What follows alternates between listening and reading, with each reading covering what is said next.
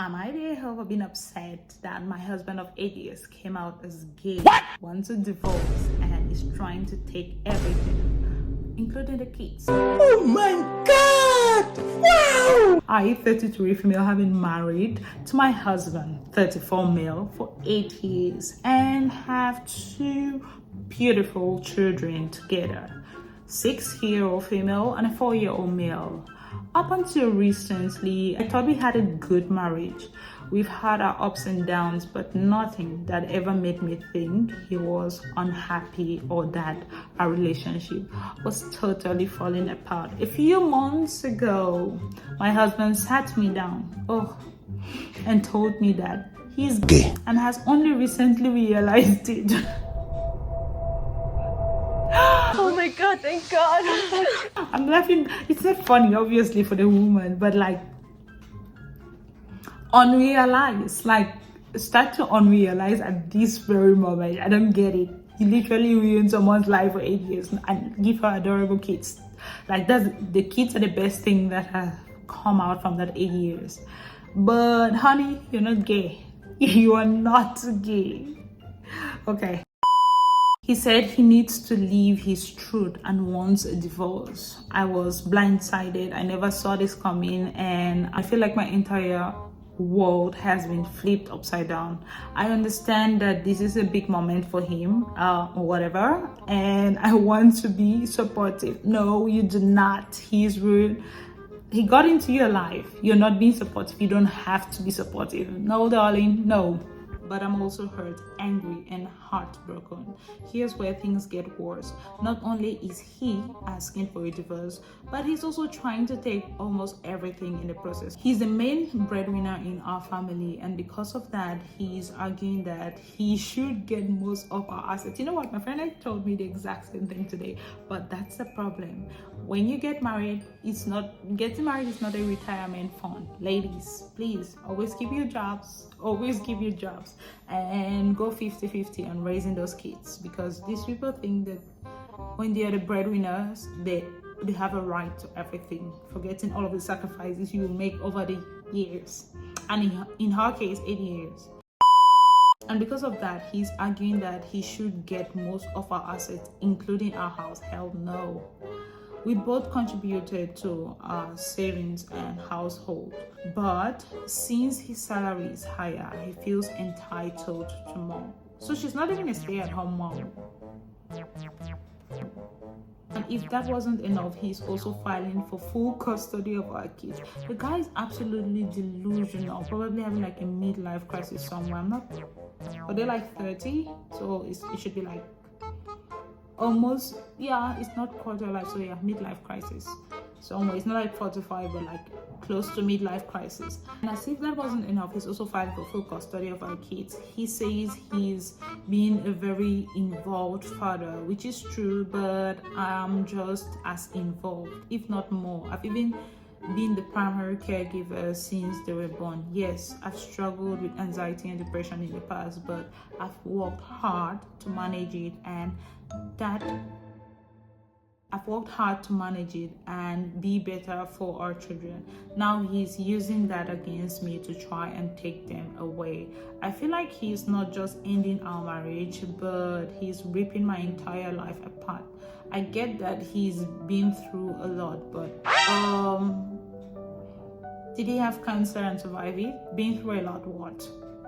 But I don't think it's fair that he's trying to take everything, our home, our savings, and worst of all, our children. I feel like he's being selfish, trying to secure his future at the expense of mine and the kids. It's like I'm being punished for something I had no control over. I'm about to say, like, it seems he's punishing her for for being, forced to get married to a woman and then ruin both of their lives, or waste so many years of her lives. I don't get it. He says I'm being unreasonable for not wanting to let him take the lead in the divorce, or being upset about what he's asking for. He claims he's trying to be fair. You can be fairer, darling. You can, but I can't help but feel like I'm being taken advantage of, obviously. So am I the a-hole for being upset that my husband wants a divorce? He's trying to take away most of our assets and is fighting for full custody of our kids? Or am I overreacting because I'm emotional right now? First off, you have every right to be emotional. Secondly, you have every right to overreact and you're not even doing it yet. Update: I received a lot of negative messages from these oh, how am I the angel subreddit and in my inbox, so I won't be responding further to keep my situation private. It's already on the internet, darling. We're in this together. I just wanted to seek advice. Thank you to everyone who has offered guidance on what to do next. Update number 2. For those asking, no, I'm not in the US. Oh, I live in New Zealand, but yeah, it's probably like a similar situation. I wasn't be replying to comment as I'm here just to seek advice. If that makes me seem like a bot, so be it. I don't care. I already have enough on my plate.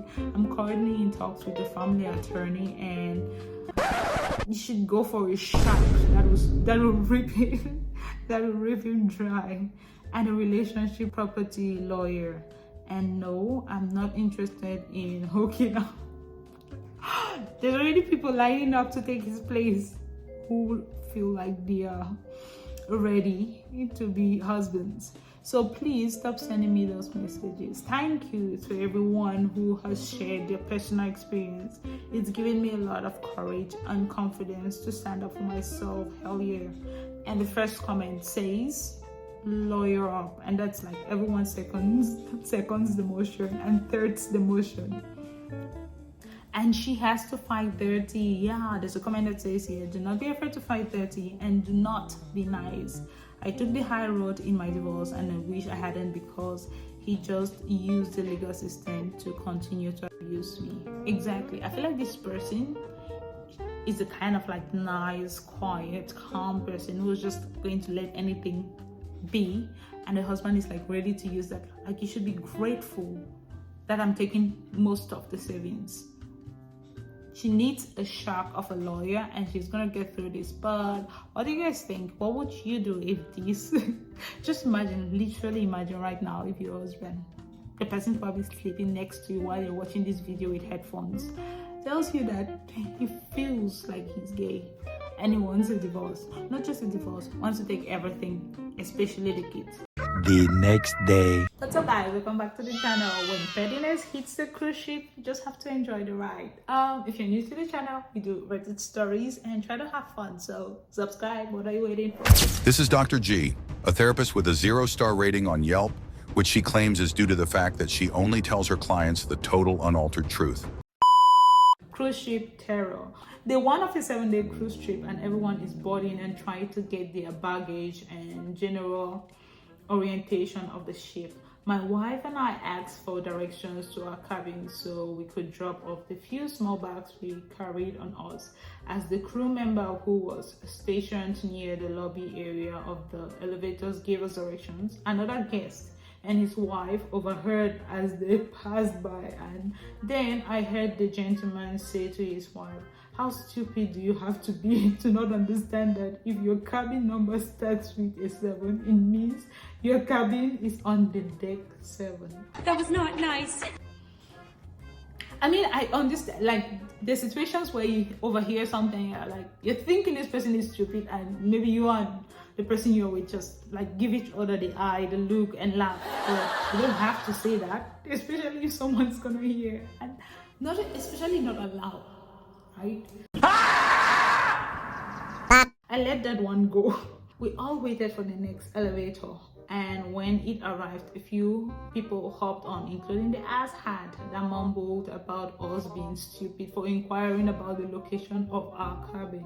As my wife and I gathered bags to join them, I asked for someone to hold the doors, but was greeted by the same voice declaring, "Sucks to be you," and watch as he purposely reached for the elevator floor buttons, encouraging the doors to close in our faces. Okay, this guy had meant it to like ruin this trip. No matter how zen you are, I'm already losing my patience at this point, and he's about to see the other side. Taking the next elevator, we made it to our cabin and dropped off our bags and got acquainted with our room. I noticed how simple the remote control to the generic flat screen television was.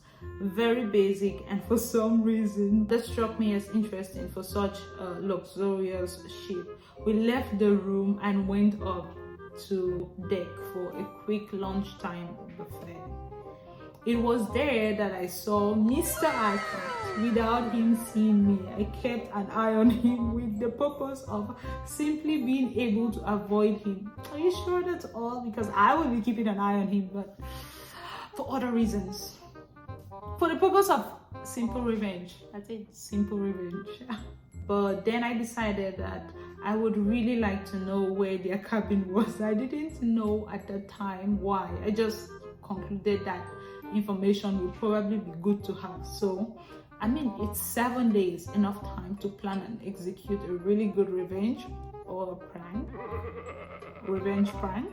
So I excused myself from my wife and followed him undictated until I discovered the location of their cabin. There's no way you can tell me that this man was not planning revenge, given the thought that he put into this. Thankfully, that did not take long because that was the next stop. They were one floor below our floor and nearly in the same position, but on the opposite side of the ship. After that, I was relieved that we would probably not have many encounters with them and quickly rejoined my wife.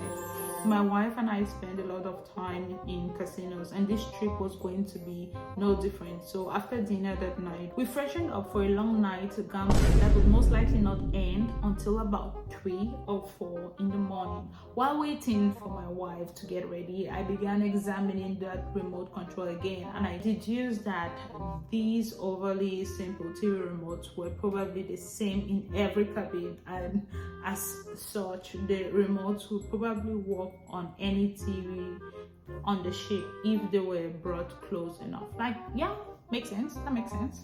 I put the remote control in my pocket and we went to the casino. At approximately 3:30 in the morning that night, I tested my fury. I visited the door of oh god, this is a good revenge. I visited the door of Azhad's cabin and pressed the remote control against it and hit the power button. To my delight, the television sprung to life inside that cabin, and I could see the blinding light of it from under the door. Obviously, the volume buttons worked just as effectively as the power button, and the volume of their TV reached maximum level in a quick second. I listened and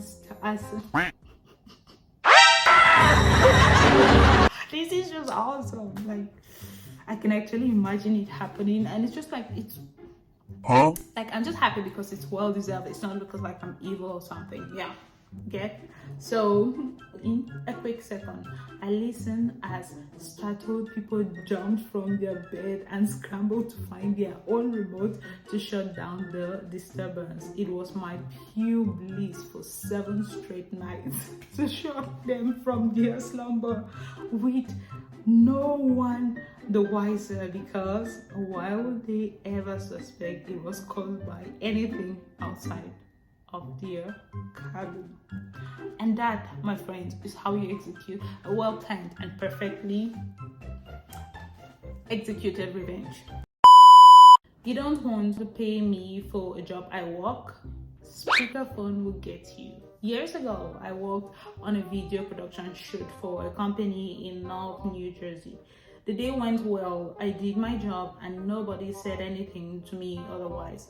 I happened to connect with another camera operator this day and got his business card. I invoiced the company for the work I had done and noticed after 30 days that it was still unpaid. Send the invoice again via email, still did not get paid. Reached out to the company over the phone and they had the balls to tell me they were not paying me for the day's work I had done because, well, I did not do a very good job. Oh wow. So, hey, come work for me. But if I don't like what you do, I'm not gonna pay you. And I will not even tell you that you're not getting paid. This was absolutely news to me, as again, no one said anything to me the day of the shoot. Also, I did the work, which means I get paid, obviously. Reaching out to the other camera guy whose card I had gotten, and he told me they tried to pull the same thing with him. He sent a letter on a letterhead from a law firm and forced the issue and got paid. That's really smart. You don't need to hire a lawyer, just get a letterhead and then put one of their lawyers' names at the bottom and represent yourself. New trick up my sleeve now. I followed suit and did eventually get paid. Now fast forward a year or two and I get a phone call one day. It's the same a-hole who was refusing to pay me. He has me on speakerphone and is asking about the logistics of an upcoming shoot and blah blah blah. I said, let me stop you for a second. Is this X of X company? Him, yeah, me. You refused to pay me for a job I did 2 years. Oh God, on speakerphone, everyone's listening. And probably like new employees and everyone's listening. You refused to pay me for a job I did 2 years ago and now have the audacity to assume I might work for you again. You're wrong. I don't work with unprofessionals like you. And hung up. So satisfying. Hope everyone in the room heard it. Oh, I can imagine the embarrassment, like when you're probably like the boss in front of everyone and everyone hears that conversation. So satisfying. Hope everyone in the room heard that and that he felt like the dumbass that he is. And that, my friend, is why you pay everyone who works for you.